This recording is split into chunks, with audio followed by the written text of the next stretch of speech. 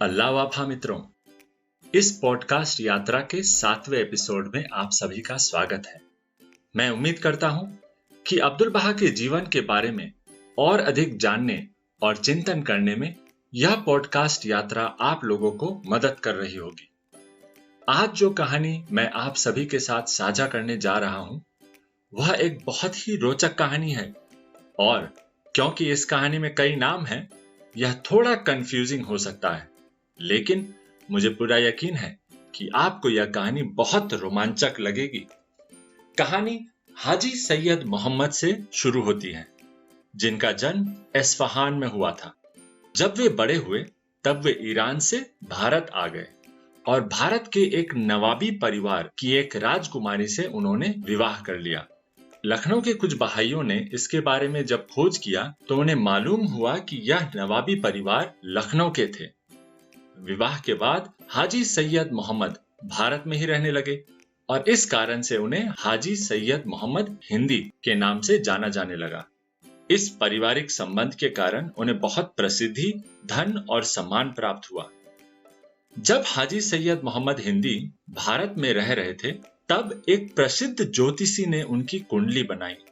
उस कुंडली में एक भविष्यवाणी थी कि उनके पोते पोतियों में से कई ईश्वर के प्रतिज्ञापित प्रकट रूप के अनुयायी बनेंगे।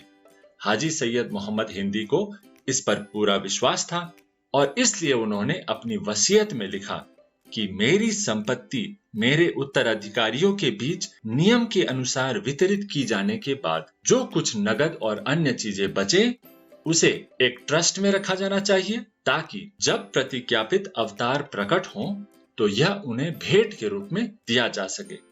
हाजी सैयद मोहम्मद हिंदी के 2 पुत्र थे। सबसे बड़े बेटे का नाम हाजी सैयद मेहदी था। यह ज्येष्ठ पुत्र भारत से वापस ईरान गए और वहीं रहने लगे। ईरान में हाजी सैयद मेहदी कई खेतों, घरों, सार्वजनिक स्नान घरों और दुकानों के मालिक बन गए।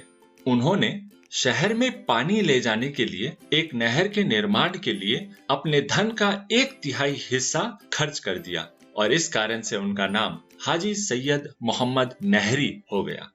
हाजी सैयद मोहम्मद नहरी के कई बच्चे थे और उनमें से 2 थे मिर्जा मोहम्मद अली नहरी और मिर्जा हादी। अब थोड़ी देर के लिए इन 2 नामों को याद रखिएगा, मिर्जा मोहम्मद अली नहरी और मिर्जा हादी। मिर्जा मोहम्मद अली नहरी जब बड़े हुए तब वे सैयद काजिम और शेख अहमद की शिक्षाओं के दृढ़ और उत्साही अनुयायी बन गए। कुछ समय करबला में रहने के बाद उन्होंने वहीं पर शादी भी कर ली। बाद में मिर्जा हादी भी अपने भाई के साथ करबला में ही रहने आ गए। वर्ष 1844 में उन्होंने यह खबर सुनी कि शिराज में एक युवा ने प्रतिज्ञापित अवतार होने की घोषणा की है। जैसे ही उन्होंने यह खबर सुनी, मिर्जा हादी ने तुरंत अपने भाई से कहा, मैं ईश्वर को साक्षी मानकर कहता हूं कि शिराज का यह दैवीय व्यक्ति वही युवा होना चाहिए जो हाजी सैयद काजिम की कक्षाओं में अक्सर आता था। दोनों भाई इस तथ्य की पुष्टि करने के लिए तुरंत शिराज के लिए रवाना हो गए। जब वे आधा रास्ता तय कर चुके थे, तब उन्हें पता चला कि बाब मक्का की तीर्थ यात्रा पर चले गए हैं। फिर मिर्जा हादी करबला लौट आए और मिर्जा मोहम्मद अली नहरी एस्फहान चले गए। कुछ समय बाद बाबुल बाब अर्थात मुल्ला हुसैन एस्फहान पहुंचे और प्रबुधन के प्रचार में लग गए। कई आत्माओं ने उस संदेश को स्वीकार किया और उनमें से एक मिर्जा मोहम्मद अली नहरी भी थे। आपको याद होगा कि मैंने प्रारंभ में मिर्जा मोहम्मद अली नहरी और मिर्जा हादी के दादा हाजी सैयद मोहम्मद की वसीयत के बारे में बताया था। बाब को पहचानने के बाद दोनों भाइयों ने अपने अधिकांश संपत्ति खो दी थी, क्योंकि उनके परिवार के अन्य सदस्यों ने उन पर काफिर होने का आरोप लगा दिया था और सारी संपत्ति पर कब्जा कर लिया था। लेकिन मिर्जा हादी अपने दादा की इच्छा को पूरा करना चाहते थे और इसलिए उन्होंने कुरैतुल ऐन अर्थात ताहिरे को अपने कीमती गहनों का एक बक्सा दे दिया। ताहिरे की यात्राओं का काफी खर्च उस बक्से के गहनों की बिक्री से हो पाया। इस प्रकार अप्रत्यक्ष रूप से ही सही, लेकिन उन्होंने अपने दादा की इच्छा को पूरा किया। एस्फहान में रहते समय ही मिर्जा मोहम्मद अली नहरी की पहली पत्नी का स्वर्गवास हो गया। उनका इस पहली शादी से कोई बच्चा नहीं हुआ था। एस्फहान के प्रसिद्ध व्यापारी और बाब के अनुयायी में से एक ने मिर्जा मोहम्मद अली नहरी को अपनी बहन से शादी करने का प्रस्ताव रखा। वे राजी हो गए और तुरंत शादी हो गई। उस शादी को 2 साल बीत गए, लेकिन कोई बच्चा नहीं हुआ। एक दिन बाब शिराज से यात्रा करते हुए एस्फहान पहुंचे। उस समय बाब इमाम जुमे के घर में मेहमान थे। इमाम जुमे ने मिर्जा हादी को बाब की मेजबानी करने के लिए नियुक्त किया। एक रात मिर्जा हादी ने बाब को रात्रि भोज पर आमंत्रित किया। भोज के दौरान बाब ने मिर्जा मोहम्मद अली नहरी के बच्चों के बारे में पूछा। बाब को बताया गया कि यद्यपि उनकी 2 बार शादी हो चुकी थी, फिर भी उनकी कोई संतान नहीं थी। बाब ने तब मिर्जा मोहम्मद अली नहरी को 1 चम्मच मिठाई भेंट की। मिर्जा मोहम्मद अली नहरी ने थोड़ा सा खाया और उसी क्षण उनके मन में विचार आया कि शायद यह संतान प्राप्ति के लिए आशीर्वाद है। इसलिए भोज समाप्त होने के बाद वे अपने घर लौट आए और बाकी बची मिठाई अपने पत्नी को भी दे दी। ठीक उसके 8 महीने 9 दिन बाद उन्हें एक बेटी हुई। उन्होंने उसका नाम फातिमा नहरी रखा। जब यह बेटी बड़ी हुई तो वह बहुत प्यारी और बहुत मिलनसार थी। कई वर्ष बीत गए और फातिमा के पिता और चाचा ने बहाउला को प्रतिज्ञापित अवतार के रूप में भी स्वीकार कर लिया।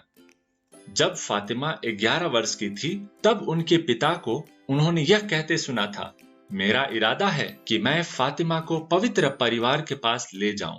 पवित्र परिवार का तात्पर्य यहाँ पर बहाउला के परिवार से है। लेकिन बहुत जल्द ही उनके पिता का निधन हो गया और फिर उनके रिश्तेदार ने उनकी देखभाल की। फातिमा नहरी के रिश्तेदार उनसे बहुत प्रेम करते थे, क्योंकि वे उन्हें परम पावन बाब द्वारा उनके परिवार को दिए गए एक उपहार के रूप में देखते थे। जब फातिमा बड़ी हुई, तब उनका विवाह एक युवा से कर दिया गया, जो उस समय पवित्र भूमि और एस्फहान के अनुयायियों के बीच से गुजरने वाले सभी पत्रों को ले जाया करता था। विवाह से पहले प्रेम से ओतप्रोत यह युवा प्रत्येक दिन फातिमा को एक पत्र लिखता था। सभी रिश्तेदार और मित्र भी आगामी विवाह को लेकर बहुत ही प्रसन्न थे। विवाहित दंपत्ति के रहने के लिए एक घर का निर्माण किया जा रहा था। जैसे ही घर बनकर तैयार हुआ, विवाह की रस्म पूरी की गई। लेकिन जैसे ही उनकी शादी हुई, उस युवा ने फातिमा से बात करना या उन्हें देखने से भी इनकार कर दिया। सभी ने कारण समझने की कोशिश की, लेकिन उस युवा ने ईश्वर की सौगंध खाकर कहा कि मामला उसके काबू से बाहर है और कोई शक्ति उसे फातिमा से दूर रख रही थी। वह कहता था कि इसके पीछे अवश्य ही कोई कारण है जो भविष्य में प्रकट और स्पष्ट हो जाएगा। 6 महीने के भीतर ही उस युवा की मृत्यु हो गई। इस दुखद घटना के बाद फातिमा पूरी तरह से इस संसार और इसके निवासियों से अनासक्त हो गई और प्रत्येक बंधन से खुद को दूर कर लिया। ईश्वर के प्रेम से सराबोर होकर वह अपना पूरा समय ईश्वर के शब्दों और संकेतों का अध्ययन करने में एवं अनुयायियों के साथ मिलने जुलने में व्यतीत करती थी। फिर एक दिन पवित्र भूमि से एस्फहान एक अतिथि आए। बातचीत के दौरान फातिमा की चाची ने अतिथि से पूछा, जब आप बहाउला की उपस्थिति में थे, तब क्या किसी लड़की के बारे में बात की गई थी जो मास्टर के लिए चुनी गई हो? अतिथि ने उत्तर दिया कि उसने एक सपने के बारे में सुना था जो एक रात बहाउला ने देखा था। बहाउला ने अपने सपने में देखा कि जिस लड़की का हाथ मास्टर के लिए मिर्जा हसन से मांगा गया था, उस खूबसूरत लड़की का चेहरा धुंधला और अस्पष्ट हो गया। उसी समय एक अन्य लड़की का चेहरा सामने आया, जिसका चेहरा चमक रहा था और जिसका हृदय दीप्तिमान था।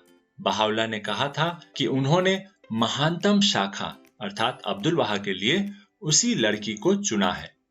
जब फातिमा की चाची घर लौटी तो उन्होंने कहा कि जिस क्षण अतिथि बहाउला का स्वप्न सुना रहे थे, उसी समय उनके मन में यह विचार आया कि निसंदेह फातिमा ही वह लड़की थी जिसे बहाउला ने सपने में देखा था। फातिमा ने रोते हुए उत्तर दिया, यह नहीं हो सकता, मैं इस अनुग्रह के योग्य नहीं हूं। समय बीतता गया और फिर एक दिन शेख सलमान पवित्र भूमि से एस्फहान पहुंचे। वह एक खुशखबरी लेकर आए थे। बहाउला ने उन्हें फातिमा को अक्का लाने के लिए कहा था और उसके बाद पूरी तैयारी के साथ वे यात्रा पर निकल गए। रास्ते में वे शिराज पर रुके। उन्होंने उस पावन घर में रात बिताई जहां बाब ने घोषणा की थी। वहां फातिमा बाब की पत्नी से भी मिली। उस दौरान बाब की पत्नी फातिमा को बाब के बड़े चाचा की पत्नी से मिलाने के लिए ले गई, जो प्रभु धर्म की सच्चाई से पूरी तरह आश्वस्त नहीं थी। फातिमा ने वाक्पटुता और प्रेम से उन्हें कुरान और मसनवी के कई अंश उद्धृत कर बाब के धर्म की पुष्टि की। उस समय तो नहीं, पर काफी बाद में बाब के बड़े चाचा की पत्नी ने प्रभु धर्म को स्वीकार कर लिया। फातिमा के जाने से पहले बाब की पत्नी ने उनसे कहा कि जब वे बहाउला से मिले तो उनकी 2 याचनाओं के बारे में उन्हें बताएं। पहली याचना यह थी कि बहाउला के पावन वृक्ष की पातियों में से किसी एक का विवाह बाब के किसी रिश्तेदार से किया जाए, ताकि इन 2 दिव्य वृक्षों को बाहरी और प्रत्यक्ष जगत में भी जोड़ा जा सके। आप लोगों को हम बता दें कि बहाउला के पावन वृक्ष की पातियों से यहाँ तात्पर्य है बहाउला के परिवार के स्त्री सदस्यों से। दूसरा अनुरोध यह था कि उन्हें अर्थात बाब की पत्नी को बहाउला से मिलने की अनुमति दी जाए। यात्रा के अंत में फातिमा बहाउला की उपस्थिति में पहुंच गई। अक्का में वह लगभग 5 महीने तक कलीम नाम के एक अनुयायी के घर में रही। उन्हें कई बार बहाउला से मिलने का सौभाग्य मिला। एक दिन कलीम बहुत ही खुश होकर घर पहुंचे। उन्होंने कहा, मैं आपके लिए एक सबसे अद्भुत उपहार लाया हूं। आपको एक नया नाम दिया गया है और वह है मुनिरे। इस एपिसोड के लिए इतना ही। अब्दुल बहा के विवाह के बारे में और जानेंगे अगले एपिसोड में।